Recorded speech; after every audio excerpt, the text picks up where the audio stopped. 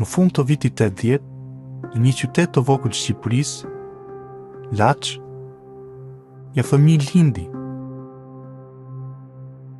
emri të cilit do të bëjë shpejt sinonim i fshehtësisë, manipulimit dhe fuqisë që vepron nga hijet. Ky fëmijë ishte Ervis Martinaj. Ai do të jetë i lidhur përgjithmonë me një histori që shumë kush e di, por që askush nuk ka mundur ta zbulojë plotësisht.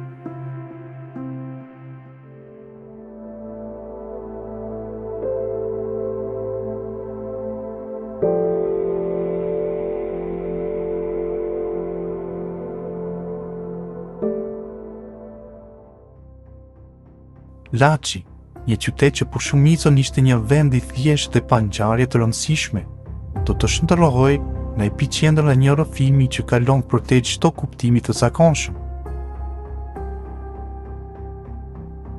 Këtu, ku shkatrimi i sistemit komunist kishte vetëm filluar, ku Shqipëria po ndryshonte me hapa të ngadaltë dhe të papritura, Ervis Martinaj do të fillonte të ndërtonte një rrjet që të mund ta puste në jetën e të gjithëve, por pa lënë asnjë gjurmë të qartë.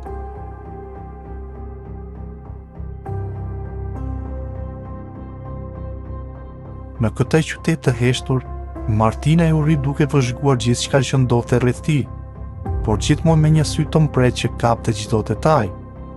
Ai kishte një aftësi të pazakontë për të mbajtur veten larg vëmendjes, për të mos u dukur kurrë dikush që kishte ambicie apo synime të mëdha. Po për Martinajn, çdo shikim, çdo fjalë, çdo ndodhi kishte kuptim.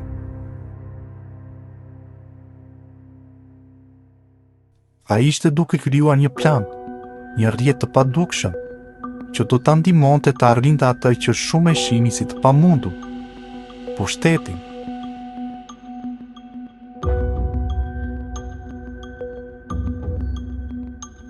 Në një kohë kur Shqipëria ishte ende e mbyllur dhe mundësitë për të arritur diçka më shumë ishin të shkurtra dhe të kufizuara, Martinaj kishte një qëllim të qartë.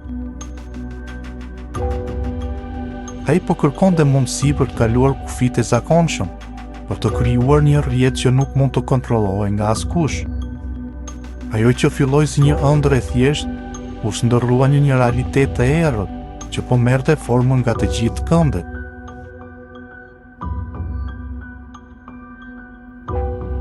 Në vitin 2000, një periudhë e ngarkuar dhe e pasur me mundësi të reja për shqiptarët, pas mbërritjes së kapitalizmit dhe hapjes së tregut, Martinaj do të ishte një mundësi që do të shndërrohej në atë që ai kishte kërkuar gjithë jetën.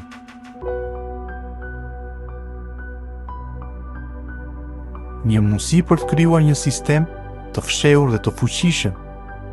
Bastet.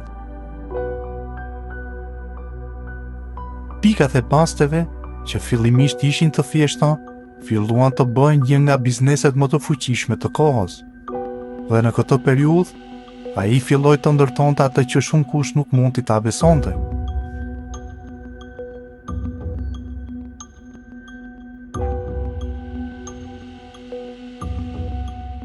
Në fillim, gjithçka dukej e thjeshtë. Pikat e basteve ishin vetëm fillimi.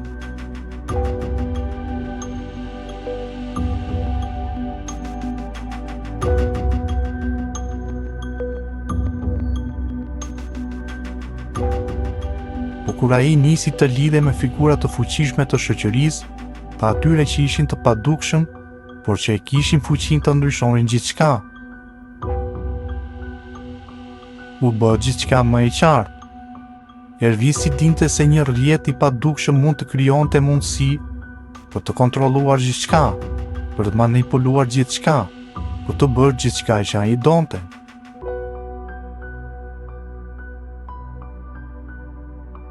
Ai qëndronte gjithmonë pas perdes, duke kontrolluar dhe duke drejtuar gjithçka që ndodhte.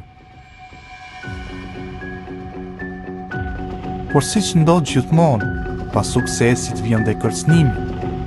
Ndërsa Martinaj po rriti dhe po shtronte rrjetin e tij të basteve, rivalet qëndronin në pritje.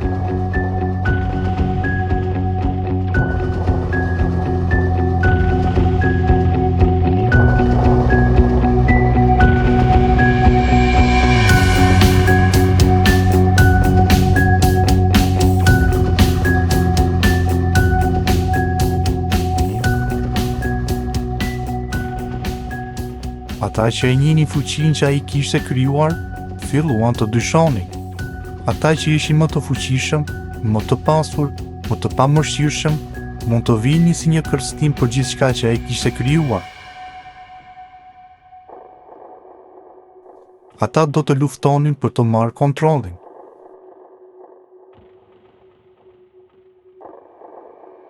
Dhe si çdo njeri që ka shumë pushtet, Martina kishte armiq, kishte rival.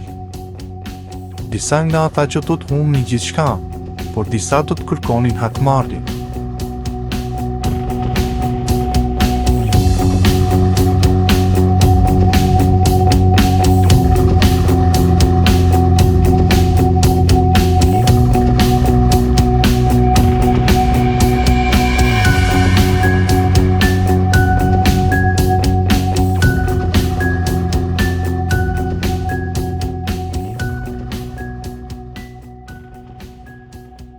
Hetuesit e fshet, përpjektet për të zbuluar sekrete, gjithçka ishte në ajër.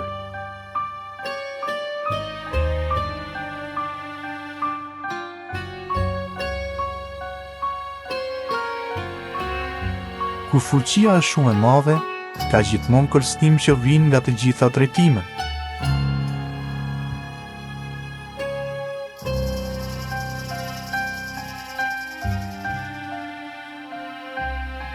Çfarë është më e keqe, të bëhesh shumë më i fuqishëm dhe të humbësh kontrollin, apo të jetosh gjithmonë me frikën se një ditë dikush do të vjedh atë që ti ke krijuar.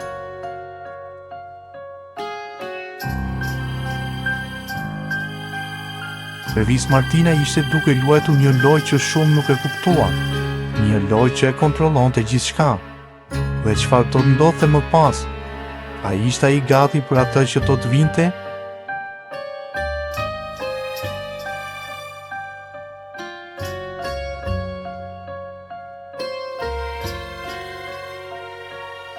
Në episodin e ardhshëm, do të zbulojmë se si perandoria e tij do të ndeshe me forca të papritura.